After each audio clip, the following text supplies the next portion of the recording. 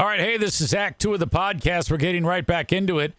If you missed Act 1, go back and listen to that thing. Otherwise, this isn't going to make any sense.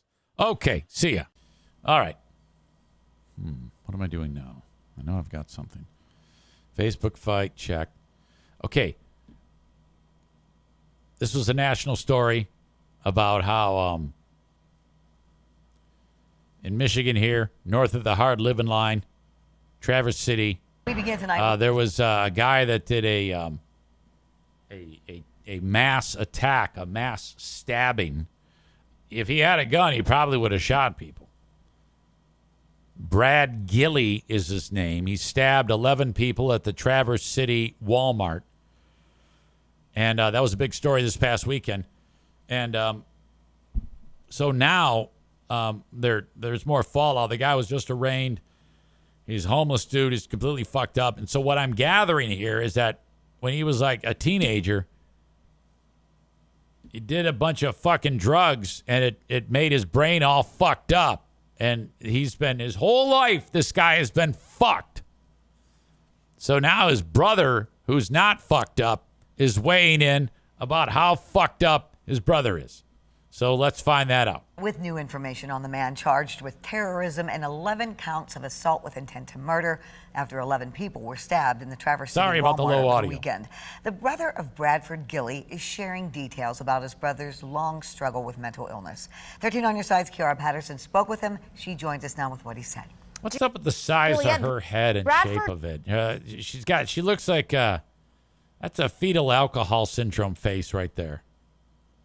His brother Shane says the warning signs were there for years, and his family tried all they could to get him help. Throw the knife that way. There you go. Lavender shirt, dirty feet guy, and then he's bad guy's guy with the hat, and then broken Velcro strap guys pushing the cart. Old man doesn't know what's going on. A lot of blue on blue, and the one black guy in the city has a gun on him. Saturday's mass stabbing at Traverse City Walmart shocked the community. But for Bradford Gilley's family, it was a tragedy they feared for years. I don't even know which one is him. I think it's this guy in the plaid. We have been trying for 28 years to get him into a placement. We're honestly not surprised by any of it. 28 years to get him in a placement. Gilley, now in custody, is charged with terrorism and assault with intent to murder. He's accused of stabbing 11 people. Good news. No one died, and he is going to get placement. He's probably going to get placement for life. This guy's crazy. If he beats the rap, it would only be because you can prove that he's crazy, which I hate the fact that in our prison system or in our judicial system, people have the possibility of not going to prison because of mental illness. Like the guy who shot Ronald Reagan, John Hinckley. He shot Ronald Reagan. They said, oh, he's crazy. And he did not go to prison. He was in a mental institution. And now, late in life, he's free. He's free to do what he wants to do.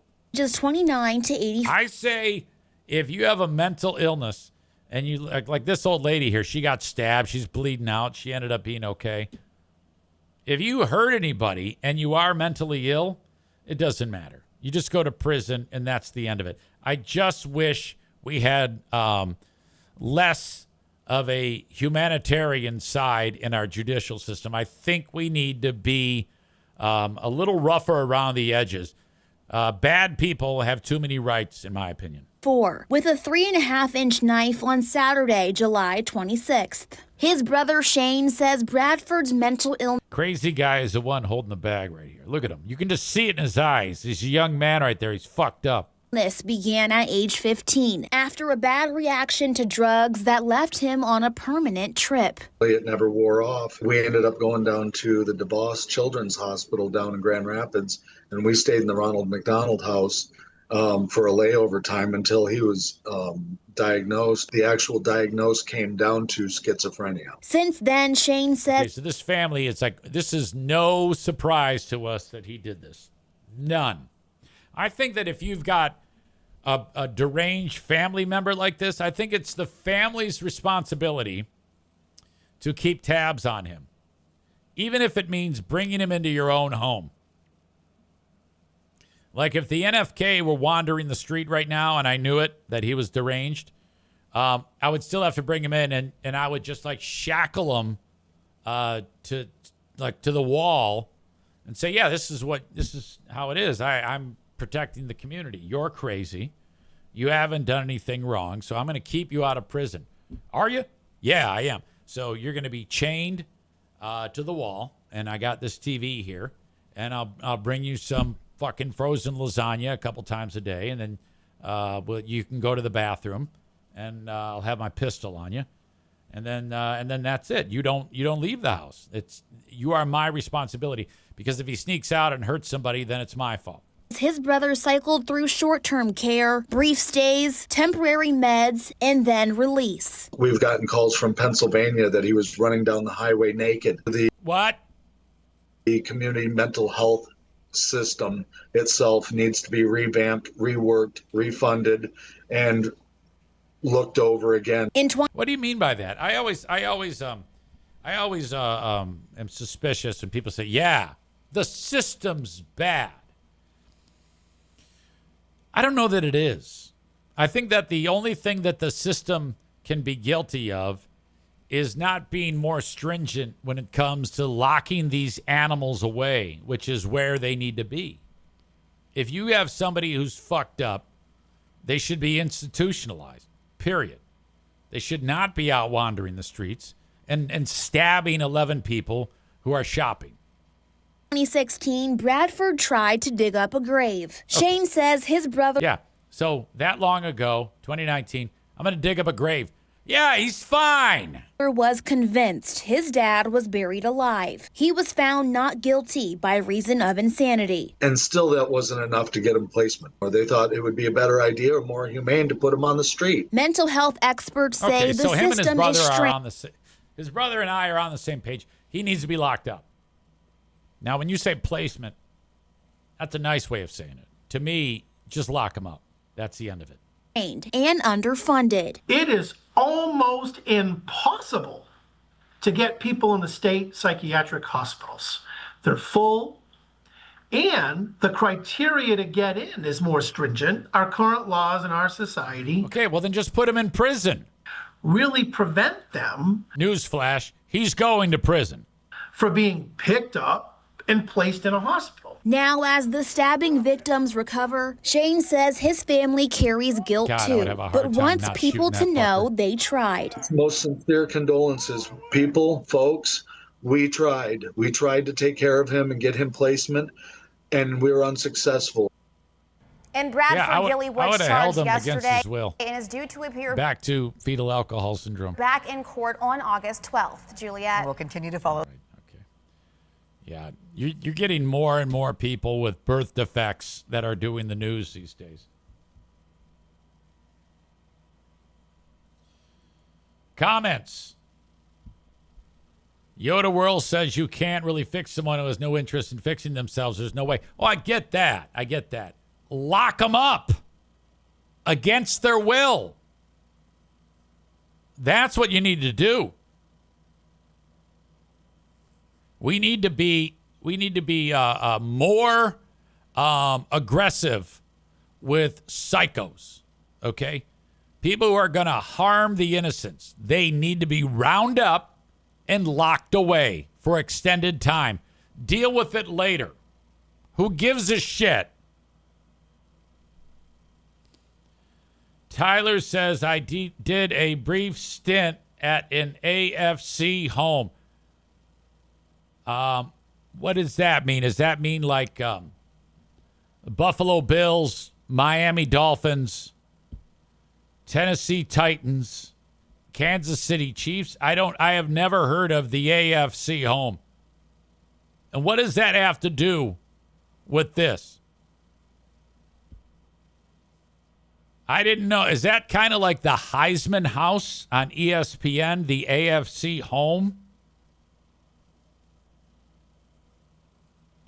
Anyway, he says you'd be surprised the people that are not locked up can live amongst us.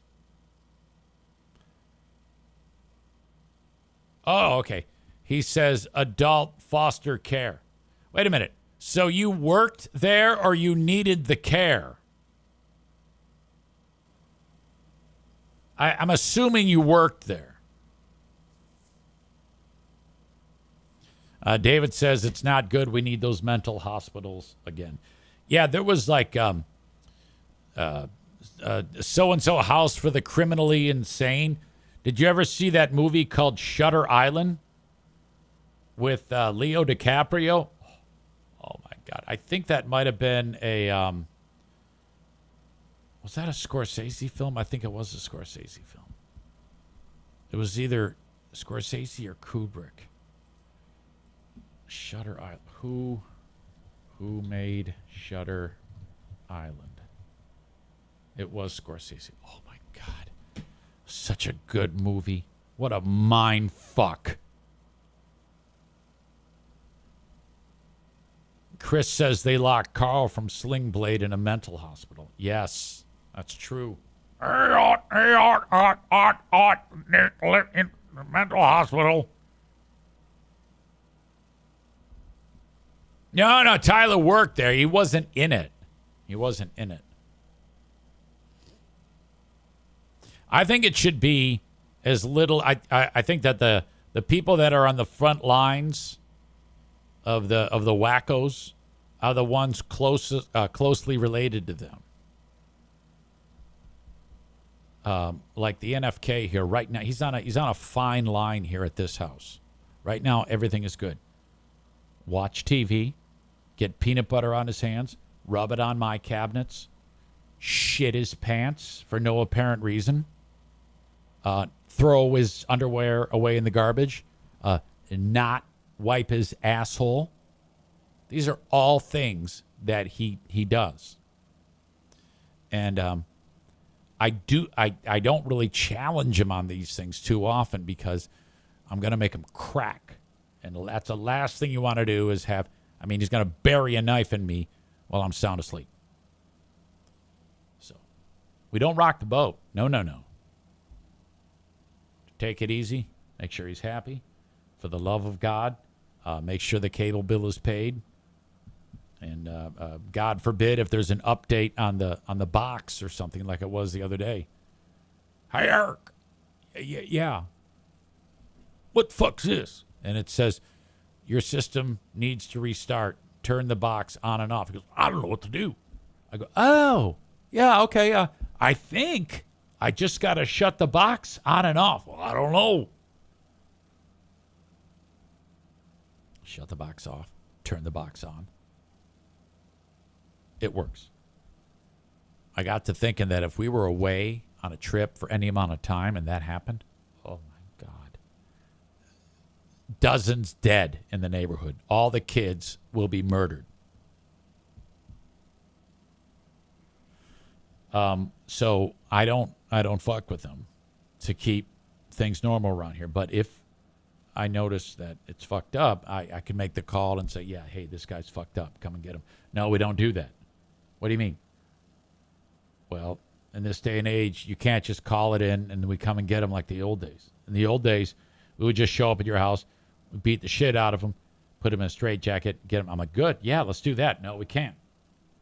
Well, what has to happen? Well, he's got to go to Walmart. Huh? Yeah. Put a knife in his hand. Tell him to go to Walmart. He's going to stab people. And then he'll be out of your hair. Otherwise, you can shackle him to the wall. So I am just an empty peanut butter jar away from having to shackle him. And I will. If push comes to shove, say, hey, I noticed you're walking around and you've killed 2 of the 4 dogs. I'm going to have to shackle it because the mental institution is not a thing anymore. We can't just lock you away like Shutter Island, as much as I would love that. You've killed 2 dogs. You wrote down that you want to kill children. But I cannot, nobody believes me. So I'm just going to shackle you to the wall. I think that whoever got stabbed at Walmart should be allowed to sue the family of this asshole because they did not shackle him to the wall. Nick in GR says, I will never forget dropping my mom off every morning for a week at Pine Rest outpatient and the stories. Oh, boy. Aram says, what is Pooh Bear's reaction to the peanut butter on the cabinets? Shrugs. Same. We don't say anything. Say, hey, I'll clean it for you. No big deal. You just gotta keep these crazy people at bay is what you got to do. I gave him a task when we went away. I go, hey, buddy, I need your help. And he was all about it. He's got chores to do now. His chores include filling the cat bowl up with food and watering my plants. I got this lily. I got a moth lily and another lily. I forgot what the fuck it's called. And then a third plant in the sunroom. I go, Kevin, you got to water these. He goes, I will. I go, I already got the little watering can filled up. You just got to grab it, tip it. Now, when I came back, all the plants were near death. He didn't do any of it. I realized that I had pushed him to the limit with the feeding the cats. The cats did get fed, probably too much, but the plants were dying. So I watered them and they're back now. But no, even my African violet, it's dry as a fucking bone.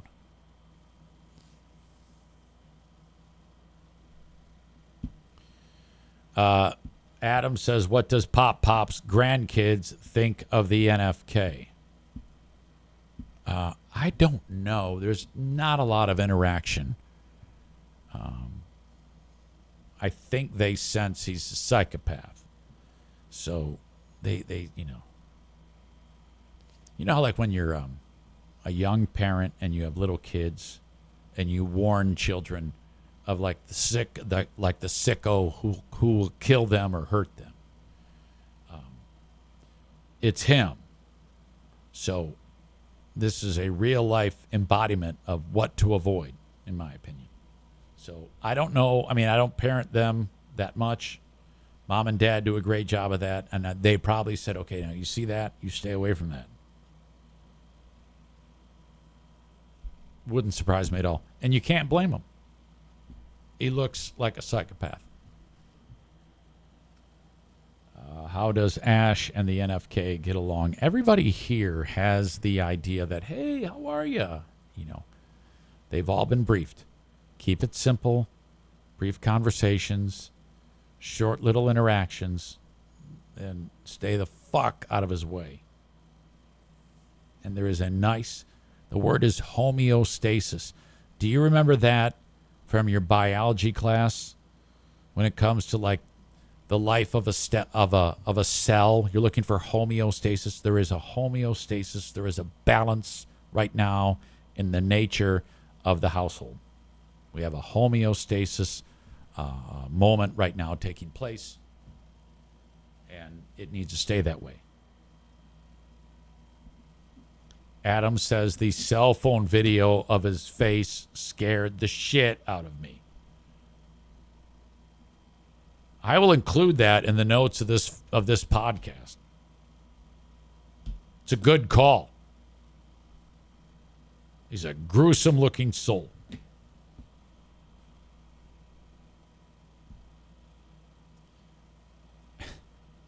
Adam wrote, I'm taking a video of Mr. Kick-Ass, which was the quote he wrote, or he said in that video. God, it was so disturbing. If any of you remember that, you know exactly what he's talking about. I'm taking a video of me, Kick-Ass, not Mr. Kick-Ass. By the way, you've been fat fingering it quite a bit. Nick writes, Mom was good. She had an anxiety episode, but the stories from her being there were eye-opening. To be clear, my mom's not crazy.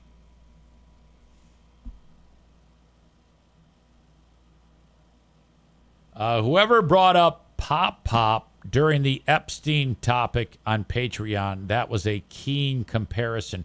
Okay, I'll have to take your word for it. I don't know what that means, and I don't know when that happened. I feel it was relatively recent on the show. That doesn't surprise me at all. for the longest time, the chat on this show has tried to cultivate this idea that I'm into children. And I have been defending myself for quite some time, and I'm okay with you guys throwing that out there because I know it's just ridiculous. Nick is in the chat. He heard my reference earlier that he is next up for the Big Fraud Book Club. We're not yet done with Nikki Sixx. We'll finish reviewing that on the 11th of August. But Nick says he has already picked out his book. He says, I will pick out one from Anthony Jeselnik's list. He said this is one of the best books he's ever read with a crazy twist at the end. I've been really wanting to read it. It's called Martyr. And I'm glad you mentioned that because I wasn't going to play this, but now I will. I read 8 because it is a clip of one of the more brilliant performers, comedians, I read 80 talkers, Anthony Jeselnik.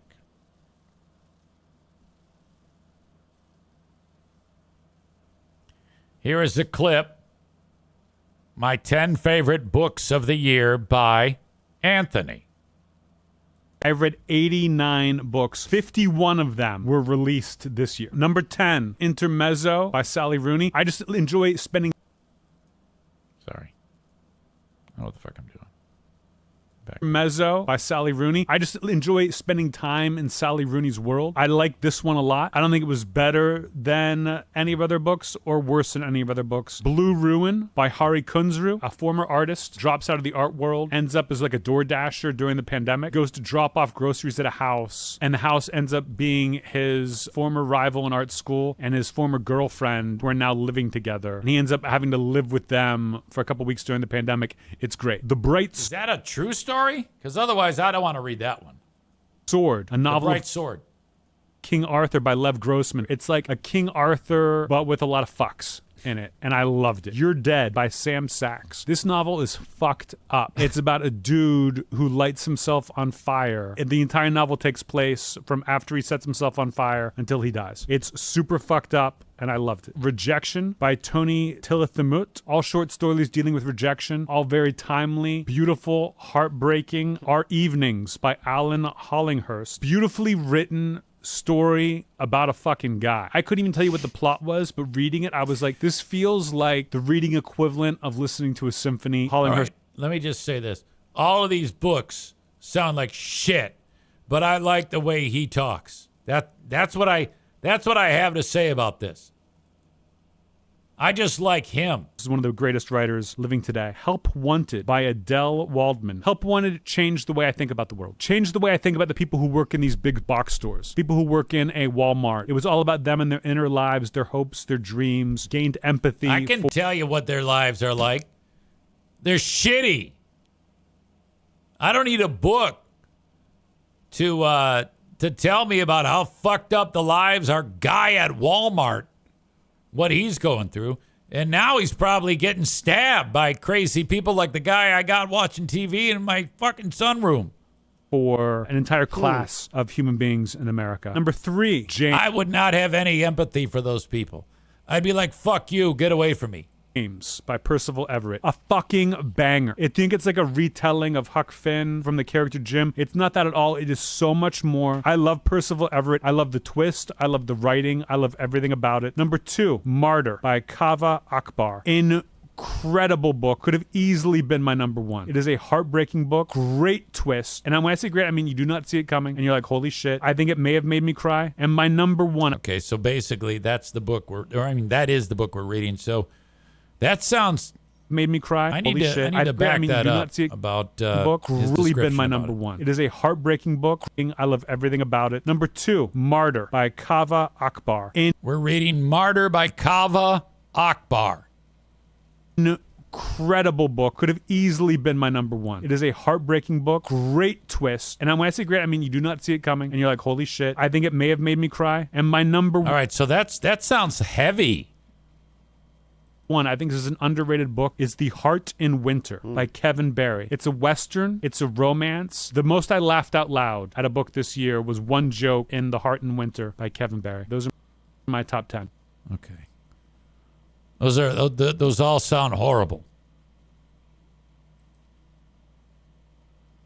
But I'm going to give them a chance because that's what we do in book club. It's his pick.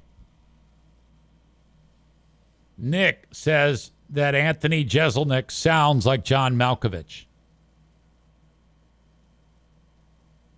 Nick says, is everyone okay with that? You are not allowed to ask that question. That is not your question to ask. You know what you do? You say, fuck off. That's the book. You have carte blanche on book club. Don't give me this, is everyone okay with that bullshit? Of course we're okay with it. That's the rule of book club. You just read. Jeremy touches on that exact thing. Who cares? It's your choice. Kuipers does not like Anthony Jeselnik's voice. I think you'll like his comedy. He's great. You guys can probably tell I'm pretty cool. Fraternity in college. Okay, hang on. You guys can probably tell I'm pretty cool. And one of my fraternity brothers was this guy named Clumsy. It wasn't his real name, but the guy was clumsy. One day, Clumsy tells us he wants to buy a gun, and we all say, no, Clumsy, don't do it. You're gonna kill yourself. But Clumsy doesn't listen. Sure enough, the day he brought the gun home, Clumsy killed himself because he hated that nickname. Every one of his jokes is one of those. Boy, how's he going to wrap this up? How does he get there? How does he get to that punch at the end? I have never watched a clip of Anthony Jeselnik, and I thought, oh my God, that sucked. He has never, ever let me down. I think we talked to him once, way back when, on the old show. I don't remember. Megan says, can I cry during book club? Too bad. I will anyway. Yes, you may, as long as your shoes are off. You can cry. Chris says, you don't ask permission, Nick. The picker picks, the readers read. Rebecca says, I already ordered it. No takebacks. Nick says, that is the same guy. I didn't recognize him. His comedy is great. Megan says he sounds like John Mulvaney? Or do you mean John Mulaney? Is that the guy? I don't know if it's Mulvaney. I don't know. Whatever. Bob says, driver picks the music, passenger shuts their pie hole. Yeah, precisely. Don't be fucking with the radio, asshole. Okay, thanks, Nick. Martyr by something Akbar. Hang on. Martyr book writer. Martyr. What's this? Martyr. Akbar. Okay. Kava Akbar. Isn't that what they say when they fly the plane into the building? Kava Akbar. All right, he's a goddamn Iranian. He's an Iranian-American poet, novelist, and editor. This is who we're reading. He's the author of the poetry collections Calling a Wolf, and Pilgrim Bell, and the novel Martyr. a New York Times bestseller, National Book Award finalist, and one of Barack Obama's favorite books of the year. He is director of the undergraduate creative writing program at the University of Iowa. He is the founder of Dive Dapper and poetry editor of The Nation. In 2018, NPR called Kaveh Akbar and his poetry, called him poetry's biggest cheerleader. In 2024, he received a Guggenheim Fellowship, and Time magazine put him on its Time 100 Next list. All right, this is going to suck so much cock.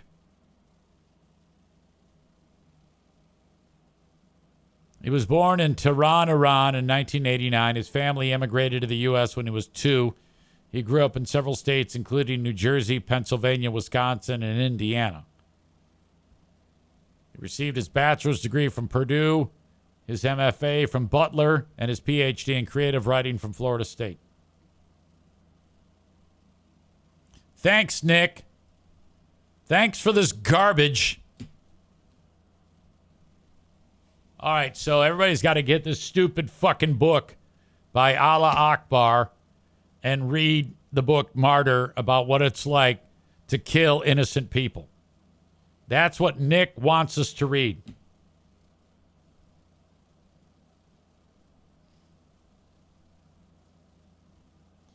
Adam says Samaritan movie novelization. No doubt that's what he would pick. Rebecca says, Jeremy keeps making book suggestions for me. Tell him to join and suggest his own. I didn't know he wasn't in. Why are you not in, asshole?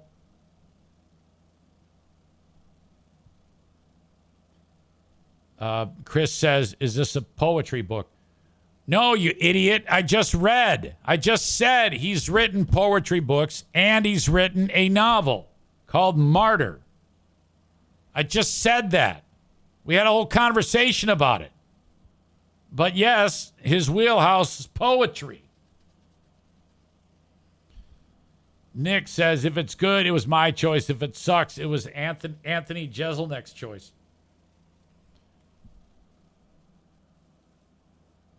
Bob says it's written by It's a Trap guy from Star Wars. Badger says proceeds of every book go to Iran's nuclear fund. Maureen says it says in the description that it's funny. Okay. Well, I mean, it can be funny, especially if you're a suicide bomber blowing up kids, because I think that is hilarious. I mean, who doesn't, really? I don't want to live in a world where wearing a suicide vest and blowing up a market is not looked at as hilarious. Jeremy said, I don't have time to read, and you said audiobook was unacceptable. All right, I'll make an exception for book club. But you do have time to read. I know you do. You just don't manage it appropriately. It takes half an hour a day. Read, dick.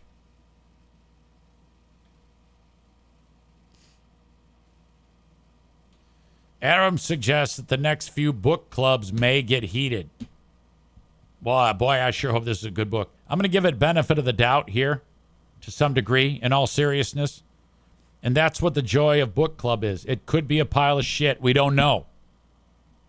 It could be a pile of shit, and you don't want it to be a pile of shit. And everybody says it's a pile of shit, and you're still holding out hope that it's not a pile of shit. We might have that scenario. That's what makes the conversations about book club, well, the possibilities are endless, frankly. I don't think we'll get that with our second episode when we talk about the rest of the Heroin Diaries, because that's a fantastic read that Linda chose for her dumb sister, who didn't realize that in book club you have to have a book picked out. What the hell, Maureen? Anyway, what else do I have for you? I don't even think I finished what I was talking about beforehand. We were talking about mental health, and then we fell into book club. I don't really have anything more to say about dude and his mental illness. You know what I do want to get into? The Ozzy Osbourne was laid to rest in the UK. being described as a very emotional farewell, as you would expect. Ozzy, very lovable. It wasn't like the death of Hulk Hogan, you know. Hulk Hogan died, and everybody said good. The only people who love Hulk Hogan are people that you don't want to be associated with. You know, with Ozzy, it's like he's the most lovable idiot on the planet, or was. This is a clip that I have here of the family doing their thing, arriving in Birmingham, England, to pay their final respects. I don't know if I like marching band playing Crazy Train as Sharon gets out of the limousine with Jack helping her.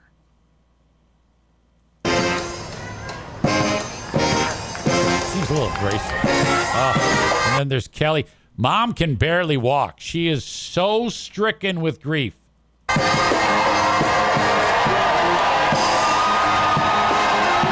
That's the other daughter that you never saw on the Osbournes. I forget her name. She was always kind of like you'd see the back of her head occasionally. She's still apart from the family, it looks like. You know? Isn't that weird? She's not helping Mom.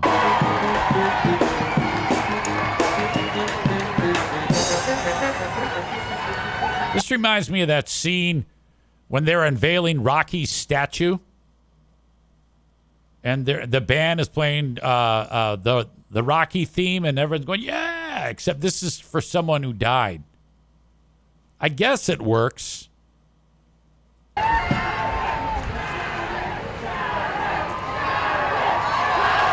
They're shouting Sharon's name. That guy you just bent down, that was Sharon's son-in-law.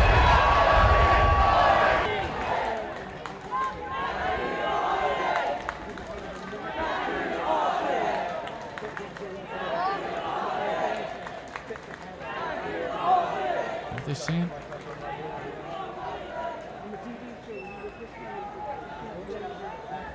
All right. We love you, Ozzy! Love you, Ozzy. This is a very touching moment. Ozzy forever! Sharon, we love you! Ozzy!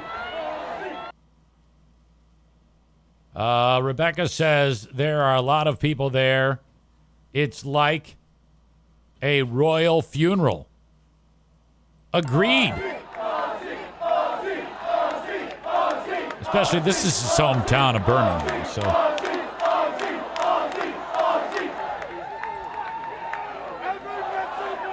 This is what you get when you are beloved.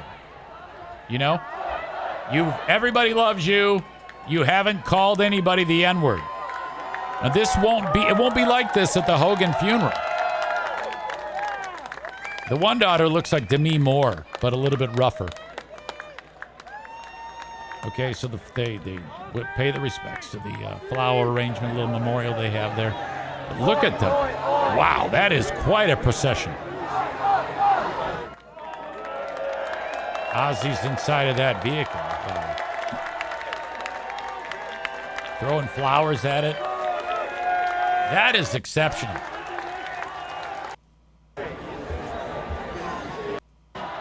I think that's cool. Even the band works. You got there they are. There's the marching band playing the song. They should play like that one. Remember he had that one song that they tried to pin, some idiot killed himself? And I forget the name of the song. I think the kid's name was like Larry, and the song was called Kill Yourself, Larry. And so this kid, Larry, killed himself, and they tried to say that it was Ozzy's fault. You remember that one? The song might not have been called Kill Yourself, Larry, but it definitely had something to do with killing yourself. And Ozzy said, "It wasn't about Larry. It's a song about love." And I think he beat the rap on that deal. And that's really the only knock that you have on Ozzy, is that in the song Kill Yourself, Larry, that this guy Larry actually did kill himself. I'm sorry, it was Suicide Solution. The song is called Suicide Solution. Some fucking idiot killed himself, and they tried to blame it on Ozzy Osbourne. He said, "I had nothing to do with it. Nothing. Sharon! Nothing to do with it."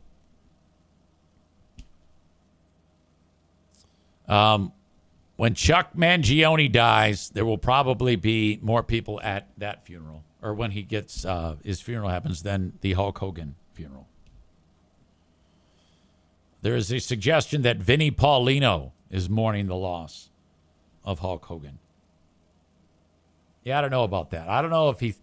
I talked to Vinnie last year, and he followed Hogan on a couple of those Real American Beer tour stops, and he said he was a total asshole in that thing. Becca Shea's been trying to get me to watch South Park because of the destruction of Trump on it. And I did not see it, but I can only imagine how fantastic it was. But no, I haven't watched it. I haven't watched anything in weeks. Again, the only thing I've watched recently was old episodes of Dog the Bounty Hunter. And there was a documentary on the Roosevelt family. Teddy, Eleanor, and Franklin. That's it. That's all I've watched.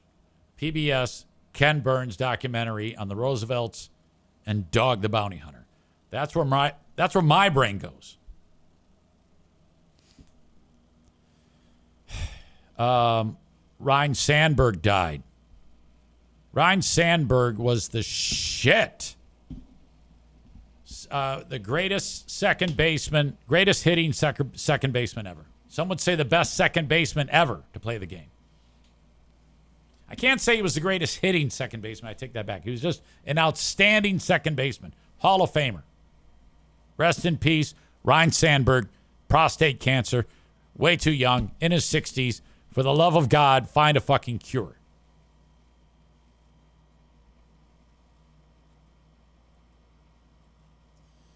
At Yellowstone National Park, if you've ever been, especially the area around Old Faithful, the Old Faithful geyser itself is surrounded by a dome of solidified crust that in some places is very, very thin, created by the earth. And you can fall through it like ice. And there's a reason why they have places where you and I can walk. It's a path made out of like decking.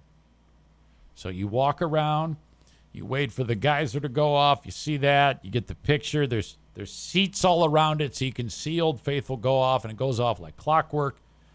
And that's all you got to do. Now, every year there's some asshole who steps off the trail.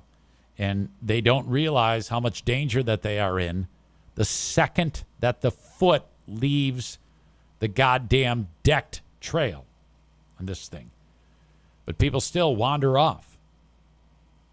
This asshole, 17-year-old, the same thing. He was walking along. Now, in that area of where Old Faithful is, there are several other geysers that you can just walk to. They're not as frequent, and some are quite unpredictable. But the whole area, if you aren't walking on deck or parking lot, that's a problem. This is that area that is a massive caldera that if it were to ever blow up, we'd all be dead. It's a big fucking crusted over volcano. Idiot left the decked area and his foot broke through. So immediately his foot goes into scalding hot water. Now, there's two liquids that make up the liquid underneath the crust. Hot water or chemically hot water. The chemically hot water, it'll just not evaporate, or it'll eat your foot. Just the hot water will scald the shit out of your foot. This idiot did all this shit. He stepped off the fucking thing and suffered significant thermal burns. Foot goes through. It's hotter than fuck. It's the type of hot where if the foot goes through and you pull it out, your foot's still wet, and it's going to take several seconds for the temperature of that water to get below instant third-degree burns. So basically, it's just cooking. It's like making a rare steak. Your foot becomes a rare steak. Foot and ankle severely burned. This is the first reported thermal injury in Yellowstone this year, and the first in roughly 10 months, but every year it happens. In September, a 60-year-old lady from New Hampshire broke through the crust and fell into the scalding hot water, burning her leg.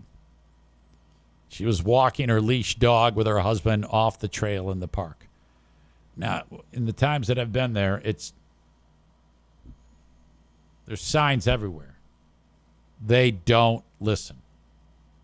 They don't listen. The only thing they need to do is they need to get pictures of like mutilated people. This happened because they walked off the trail, walked off of the deck. This happened. Yellowstone Rangers said the boardwalks and trails throughout the park protect not only visitors who are capable of experiencing severe or fatal burns because of the scalding water below, most of the thin breakable crust around hot springs, but also the delicate thermal formations. More than 20 people have died from burns suffered after they entered or fell into Yellowstone's hot springs. While reminding that swimming or soaking in hot springs is prohibited, pets are also not allowed in thermal areas. This is a thing called hot potting. These goddamn hippies are like, let's do some hot potting. And they'll go walk up to it, and it looks very inviting. It's very clear. But you don't know if it's water or full of chemicals that will rot you or eat away, like sulfuric acid. And or the pH is so otherworldly, it just eats through your skin in an instant. So these hippies will go, they'll take off their clothes, they'll get in there, and then they're dead. There was a guy, I don't remember exactly when it was, who did just that. Him and the girlfriend took off their clothes, and he got in and immediately started reacting because it was hurting him. And so he's like, help me, help me. It's like that scene in RoboCop. Do you remember the scene when the guy is driving that car, and his RoboCop throws the bad guy into the toxic waste, and then he's like, and his face is all melted, and then Boddicker smashes into him with the car, and the guy explodes because he looks like Toxic Avenger. That's what happened to this guy. So the guy is dissolving, and the girl runs to get help because there's no cell phone. They come back, and all they found was like a shoe. You might think I'm bullshitting you, but look, this is what I'm talking about.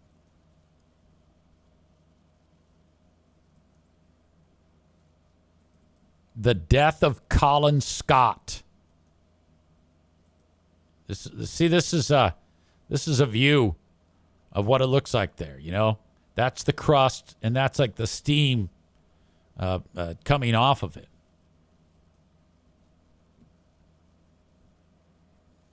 (2016) Colin Scott, Portland, Oregon, died after falling into a thermal hot spring.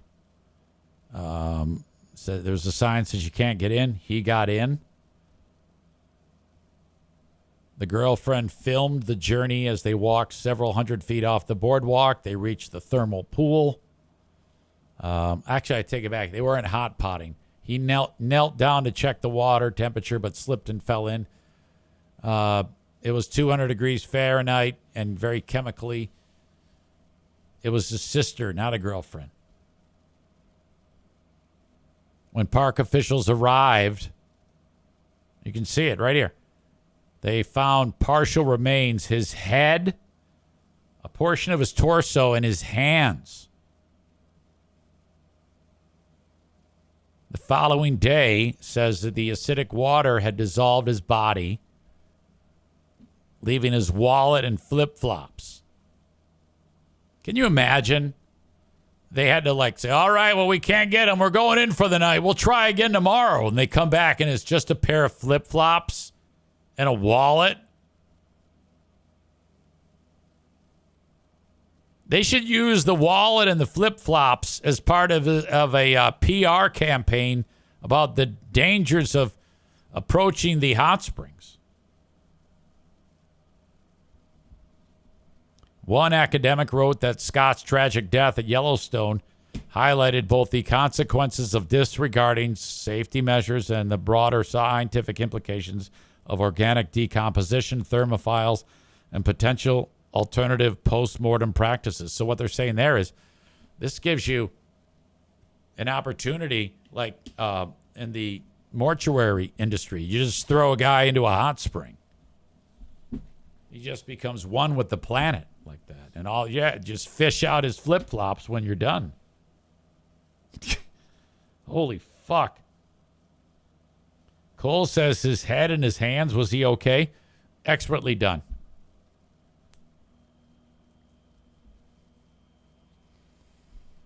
Bob writes, stupid games, stupid prizes. Exactly. Everybody always says that, that's a worn out phrase. I don't think it is. I think it's a perfect phrase. Stupid game, it's a stupid game. You win a stupid prize. Nick says you don't want to become a stew. Badger says it would be like leaving a roast in a crock pot for way too long. Precisely. So if your sister, you never get over when you arrive back with the ranger to help him, and it's just his head floating, bobbing along. Come on.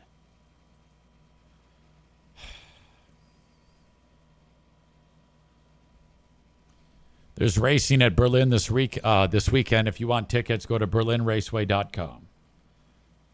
You have till 11:59 p.m. to get those tickets. They're $15 when you buy them in advance. The parking is free, and 15 and under is free at berlinraceway.com. King's Room Barbershop is back in line for another quarter of marketing, despite me cutting my own hair the other day. King's Room Barbershop, 3 locations, Northland Drive, Caledonia, and at 821 36th Street. Thank you so much, King's Room Barbershop. If you need a realtor, you call on Adam Kasari, 616-914-4061. Adam will get you started whether you want to buy a home or you're selling yours. Reach out today. Kuipers, did you ever reach out to him?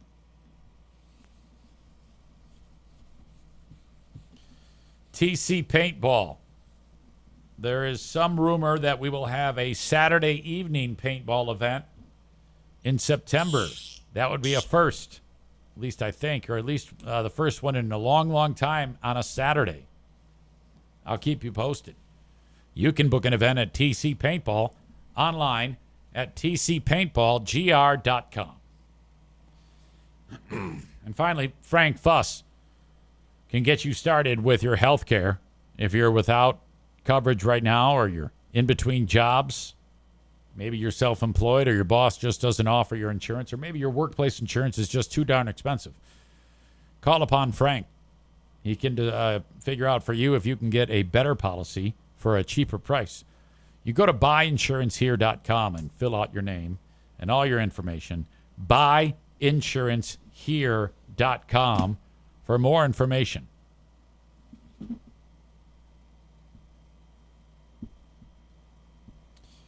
Your asshole of the day today.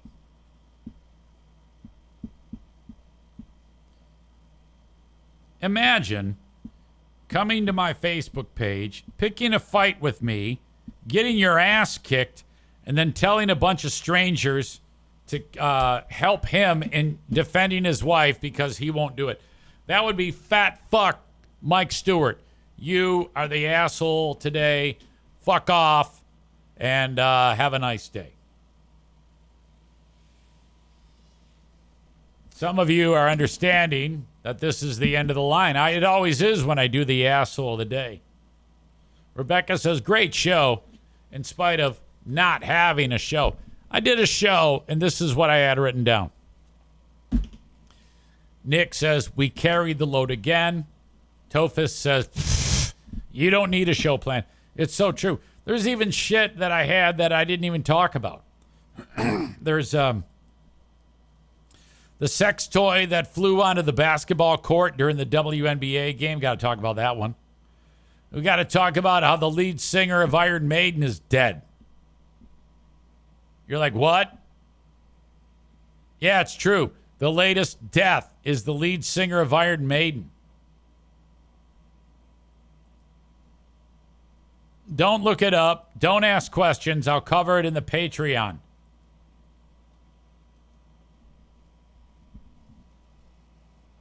Have a great rest of your day, ladies and gentlemen. I appreciate you if I don't talk to you on the Patreon. I should talk to you on the Patreon, though. If you're not part of it, sign up free at patreon.com/Eric Payne. I was hoping I could have gotten one of you to sign up between yesterday and today, but I'm still stuck at 237. Can we at least get to 238? Can one of you at least just try it out for a month, for God's sake? I've got to get to 240 by tomorrow. For fuck's sake. Thank you, folks. Have a good one. Till next time. Bye-bye.